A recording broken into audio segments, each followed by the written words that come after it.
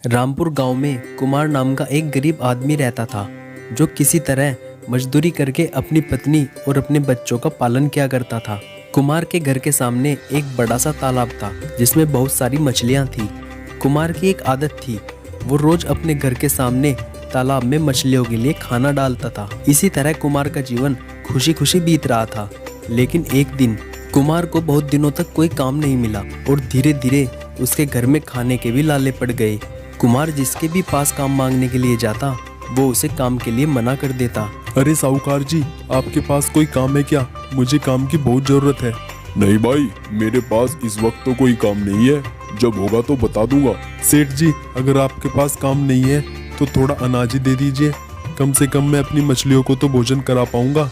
कुमार की ये बात सुनकर सेठ कुमार की मजाक लेते हुए कहता है, तुम्हारे खुद के भोजन के तो लाले पड़े हुए हैं और तुम मछलियों को खाना खिलाओगे? चलो भागो यहाँ से। ऐसा सुनकर कुमार वहाँ से चल देता है और चलते चलते सोचने लगता है, अब क्या करूँ, कैसे भोजन का इंतजाम करूँ, कुछ भी समझ में नहीं आ रहा। तभी उसके दिमाग में एक आइडिया आता है। अरे हाँ, मोहन के पास जाता हूँ। मोहन मेरे बचपन का दोस्त है, उससे कुछ पैसे उधार ले लेता हूँ। जब मुझे काम मिलेगा तब उसके पैसे लौटा दूंगा। ऐसा सोचकर कुमार मोहन के पास जाता है और उसे अपनी सारी समस्या बताता है। भाई, मैं बहुत समस्या में हूँ, क्या तुम मेरी कुछ मदद कर सकते हो? अरे क्या बात है यार, बताओ तो सही। मैं तुम्हारी मदद नहीं करूँगा तो कौन करेगा? तभी तो मैं सीधे तुम्हारे पास आया हूँ, क्योंकि मुझे तुम पर पूरा भरोसा है। दरअसल मुझे कुछ पैसों की जरूरत है, काम मिलते ही मैं तुम्हारे पैसे लौटा दूंगा। लेकिन पैसे की बात सुनते ही मोहन के चेहरे का रंग उड़ जाता है। अरे ये तो पैसे मांग रहा है, अब कहाँ से दूँ इस भिखारी को पैसे? अगर इसने वापस न दिए तो? कैसे भीख मंगे दोस्त पाल रखे हैं मैंने भी। कुमार भाई, पैसे तो मेरे पास नहीं है।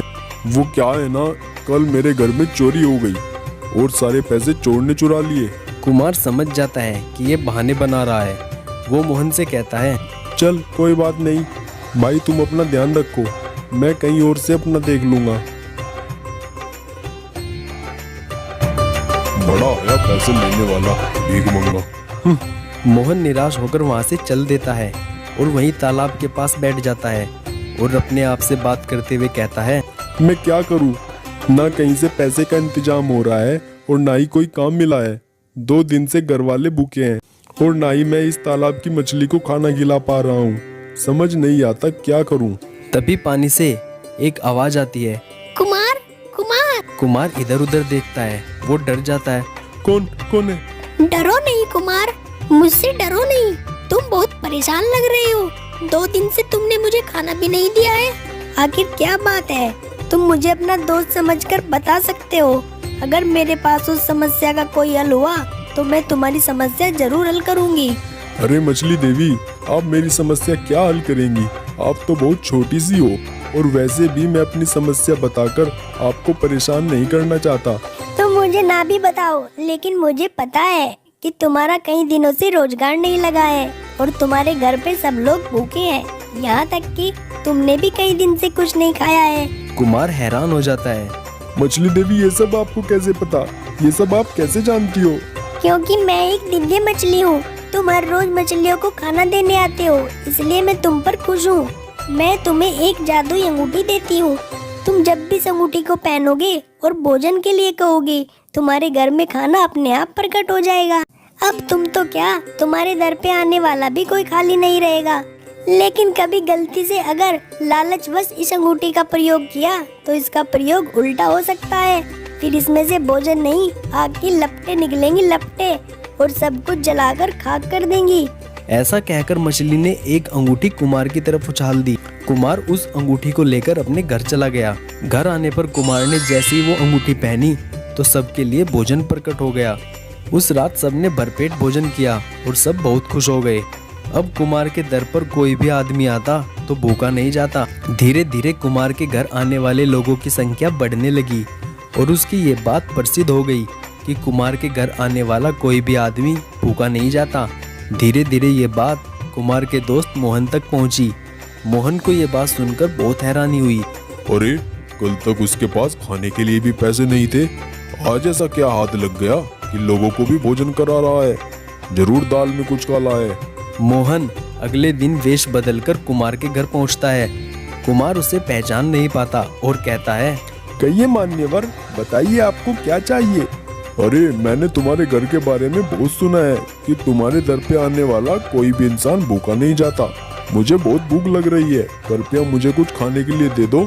जी मान्यवर, आपने बिल्कुल सही सुना है, बस सब भगवान की कृपा है। आप बैठे, मैं आपके लिए कुछ खाने के लिए लाता हूँ। कुमार तभी एक कमरे में जाकर अंगूठी पहन लेता है और मन ही मन भोजन मांगता है। हे जादुई अंगूठी, मुझे भोजन दे। और अंगूठी से एक जादुई प्लेट निकलती है जिसके अंदर बहुत सारे तरह के पकवान होते हैं। ये सब मोहन चुपके से देख लेता है। अच्छा, तो ये बात है, इसके पास ये अंगूठी कैसे आई? इसे तो मेरे पास होना चाहिए। आज रात को मैं इस अंगूठी को चुरा लूंगा। अब यहाँ से निकलता हूँ।